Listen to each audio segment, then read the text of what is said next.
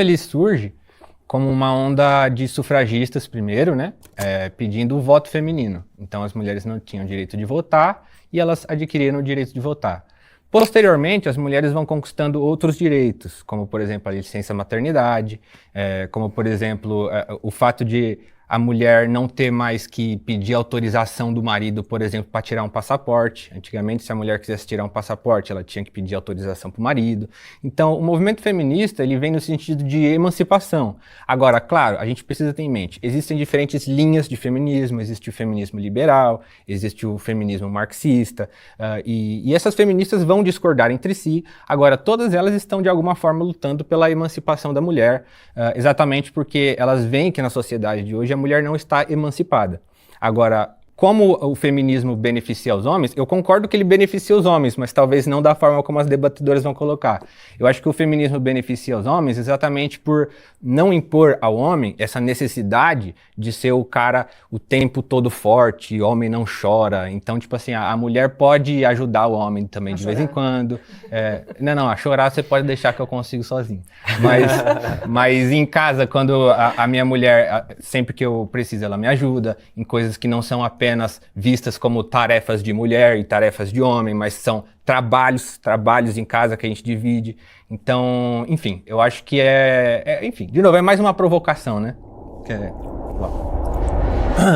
O feminismo ele surge como uma resposta à realidade que se impõe, né? Ele não surge simplesmente porque um dia as mulheres resolveram que era preciso se organizar para destruir os homens, né? Ele surge como uma resposta a uma série de desigualdades que aconteciam principalmente no ambiente de trabalho, na vida privada e até mesmo na vida pública, né? Então é através da luta que as feministas iniciaram, que as mulheres hoje elas têm acesso a alguns direitos, como o direito de votar, como o direito de trabalhar sem a necessidade de ter autorização do seu marido, como o direito de estar num podcast assim como hoje, aqui agora, né? Então tudo isso são conquistas que o movimento feminista ele alcançou graças à luta, à organização, né, à união entre as mulheres. E tudo isso traz uma sociedade um pouco mais próximo de uma equidade, né? Eu gosto de trazer bastante essa palavra porque a gente não está falando de igualdade no sentido biológico, mas sim a equidade no sentido jurídico e no sentido de acesso a direitos, tá? Também concordo com o Abner que o feminismo ajuda os homens a refletir também sobre o seu papel na sociedade, esse papel que hoje em dia tem uma série de questionamentos, né, sobre o comportamento masculino, sobre o que é o machismo, sobre o que é o patriarcado, né, e como que essas ideologias, como que essas premissas, elas prejudicam também a vida do homem, né? Hoje a gente tem o maior índice de suicídio por parte de homens que vivem vidas castradas pela pressão, né, do trabalho, pela pressão social, e que muitas vezes isso poderia ser diminuído se tivesse contato com uma filosofia feminista, por exemplo.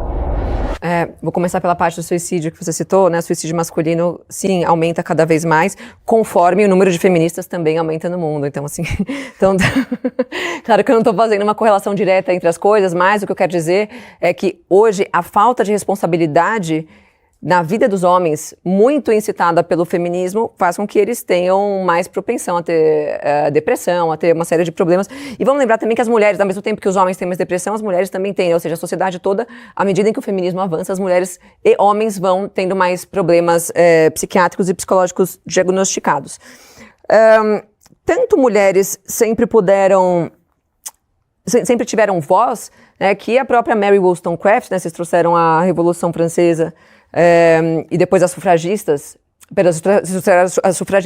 tanto as sufragistas não foram as primeiras a reivindicar por direitos, que a própria Mary Wollstonecraft da Revolução Francesa já pôde fazer isso, né? Ela já não foi, teve a Mary Wollstonecraft e teve o Olympe de Gouges que fez o manifesto pelo direito da mulher, né? Tanto as mulheres podiam se manifestar que na própria Revolução Francesa elas puderam, né? Elas puderam reivindicar direitos. Tudo bem, a Olivia de Gaulle, na época ela exagerou, então, mas a Mary Wollstonecraft teve uma sólida carreira, né, de militância feminista quando não existia esse termo ainda, mas entre outras mulheres que sempre puderam ter atividade política quando elas assim o desejavam.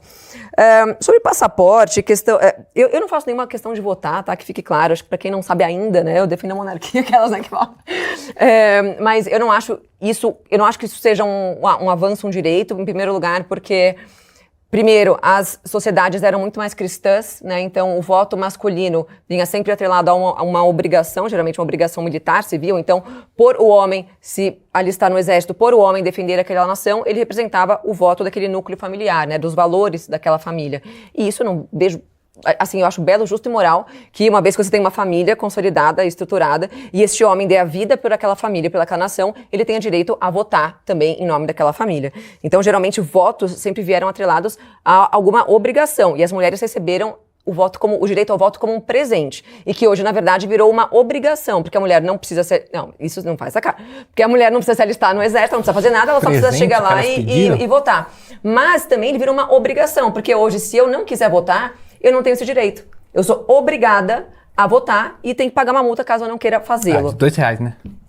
Bom, mas não importa, Mas pode continua sendo me dar aí, obrigação. mas é uma obrigação, eu tenho que pagar uma Continua sendo o multa. Estado me mandando sair de casa. O Estado tem que sair da minha casa, e até isso é um perrengue, você concorda? Você concorda que podia ser uma opção? Você concorda, Eu né? concordo. Eu concordo que podia ser uma opção, mas é que daí a gente tem que entender a cultura política brasileira. Tá na vez dela.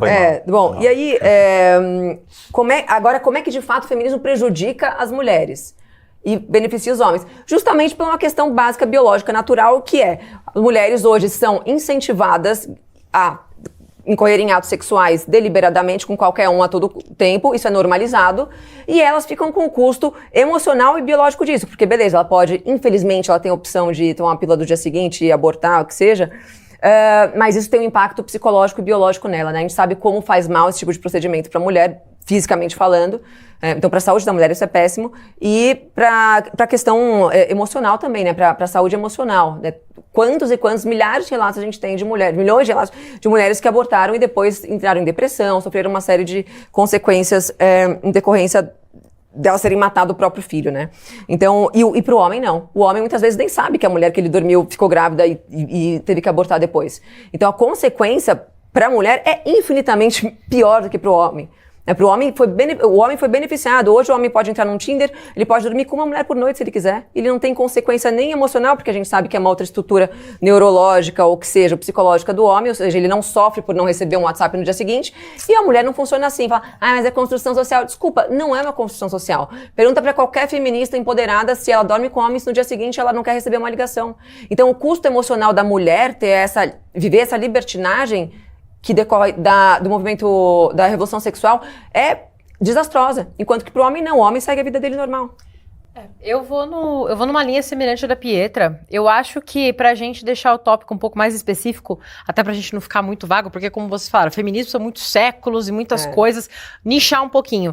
A revolução sexual beneficia homens e prejudica mulheres. Eu vou bem na linha do que a Pietra falou. Com revolução sexual, você pega um período amplo e você pega a glamorização, a incentivação de muitas coisas, de muitos comportamentos. Você começa a falar sobre o sexo casual. Você começa a falar para a mulher que ela tem que poder se relacionar o quanto ela quiser, com quantos homens ela quiser, fora de um casamento, e que se der ruim, ela pode tomar a pílula no dia seguinte, ela pode abortar o próprio filho, se ela não quiser sofrer a consequência natural do ato sexual, ela pode usar uma camisinha, etc., e ela não vai ter mais nenhum problema. Acontece que, vamos falar de biologia, mulheres liberam ocitocina em níveis astronomicamente maiores do que os homens durante uma relação sexual, por exemplo. E essa é só uma das consequências de uma relação sexual para uma mulher. Então, é dificílimo que uma mulher passe por relações sexuais com diversos parceiros sem comprometimento a longo prazo, sem ter problemas psicológicos por causa disso. O que a revolução sexual faz é desvirtuar as mulheres do que é ser uma mulher e desvirtuar os homens do que é ser um homem.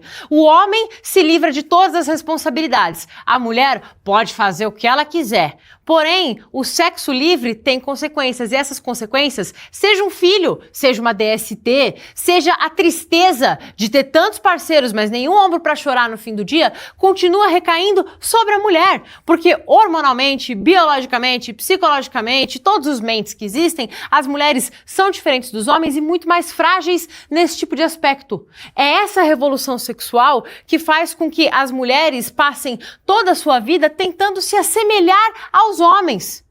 Você tem um corpo biologicamente diferente. O corpo da mulher e o corpo do homem são inigualáveis. Não existe igualdade nisso. Aí você traz métodos como o aborto, por exemplo, que é a única forma que existe, uma das únicas formas que existe, de você livrar a mulher da consequência do sexo que só ela carrega. Então vamos acabar com esse problema. Como que a gente acaba com esse problema Matando da mulher o bebê. lidando com ficar com a consequência do sexo desregrado? A gente deixa ela matar o bebê. Então, no fim das contas, o que a revolução sexual traz são gravíssimos prejuízos, tanto físicos quanto psicológicos, para mulheres, e a longo prazo, até para os homens traz malefício, porque prega para o homem exatamente isso que eles falaram.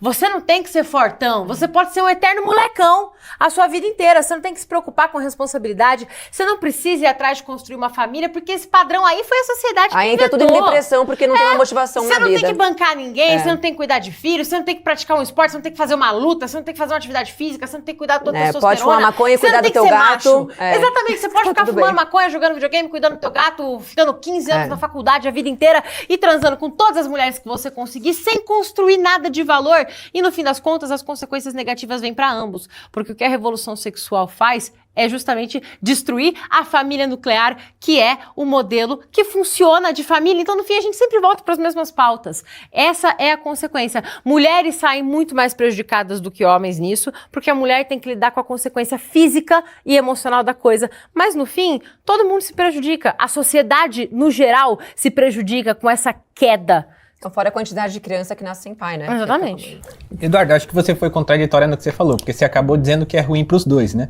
A longo prazo. Então, tipo assim, como é que o feminismo a é bom pro consequência homem? imediata é pior para a mulher.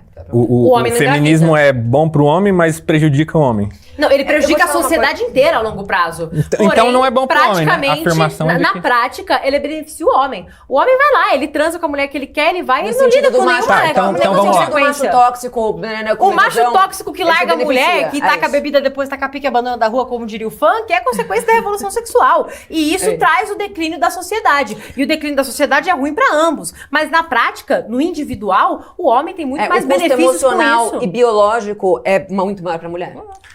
Eu acho que tem alguns problemas no que vocês falaram.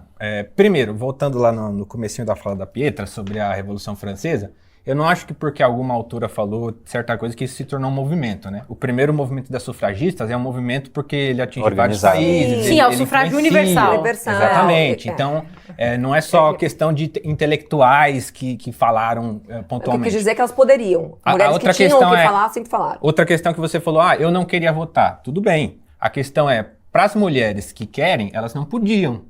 Então o movimento Mas você feminista sabe que dá antes esse do direito. sufrágio, como é o nome da fulana que votou antes mesmo? Porque o marido dela foi lá e falou assim, não, Sim, eu sim, quero mas que aí você você tá vote. citando Celina indivíduo, Guimarães, né? não, Celina Guimarães. Mas tá citando mas indivíduo e não mulheres, movimento. mulher votando. Posso falar, era um não problema, cara. As meninas não estavam nem aí. Se fosse um problema, não filhos, existiria entendeu? o Mas movimento era das meia dúzia de sufragistas, maluca, né? como é até hoje, entendeu? Uma manifestação sufragista, o máximo que foi contabilizado foi, sei lá, 97 mulheres. Inclusive, Mas hoje em dia, as mulheres são 52% do eleitorado brasileiro e continuam votando majoritariamente em Não, homens. e no evento de mas Seneca deixa eu Sol, continuar só, a 90% gente- das mulheres votaram Peraí, que gente, não vocês queriam falaram votar. que eu deixo a gente falar. Desculpa, verdade. Tá vendo? Mulher Eduardo fala nunca pra seria- caramba, né? Mulher fala, A mulher Eduarda- fala, Vocês falam. mulher tinha que ficar em casa. A Eduarda nunca seria eleita. Mulher tem que estar aqui. Eduarda nunca seria eleita, pô. A última coisa que eu ia falar é que a Pietra falou que é monarquista. Eu acho que só é interessante a gente ressaltar que na monarquia os casamentos eram arranjados. Na elite, né? Na elite, porque Que o isso? pobre Monarquia não é tem elite? como voltar pra Não tinha outra como, família. exatamente, O sistema feudal tinha... A monarquia não é só o rei e a rainha. Mas é isso que eu tô Isso. falando, gente. Comerciantes, Quando um burgueses, rei tinha tinha uma nobreza, filha, às vezes mas o era rei tinha uma minoria. filha de 10 anos e ele fala assim, a minha filha de 10 anos eu vou comprometer ela com fulano de tal porque Tá, eu mas quero e daí? construir... E daí que a mulher não tinha nenhuma Não é mulher, possibilidade mulher de escolher. Mas você precisa escolher se você quer defender a mulher pobre, a mulher já não era Não, princesa, mas era eu não tô monarquia. falando da mulher pobre não, Mas Pedro. eu Eu tô não falando vejo- assim, eu não na vejo problema monarquia, nisso. a própria monarquia, os reis, as rainhas, eles não tinham nenhuma possibilidade de, tipo assim, a mulher não quer casar com fulano. Ah, então eu não quero. Não, não tem essa. Você vai Não ter é que bem casar assim, e pronto. A gestão não é uma religiosa, ela tinha opção, dependendo da família.